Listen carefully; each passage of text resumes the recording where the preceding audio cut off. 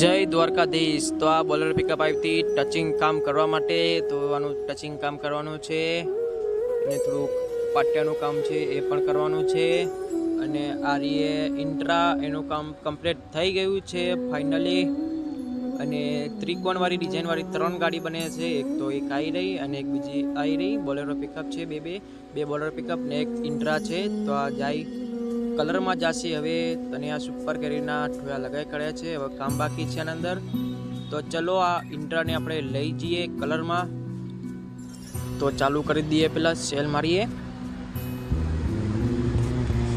અને પાડ્યો first gear. તો કાચ સીધું કરશું। તો ચાલો લઈ લઈએ આને આગળ ધીમે ધીમે। તો મિત્રો તમને બ્લોગ સારો લાગતો હોય, પસંદ આવ્યો હોય તો લાઈક અને ફોલો કરી દેજો। તો આપણે કલરમાં લઈ જઈએ, કલરનું આવાજું છે।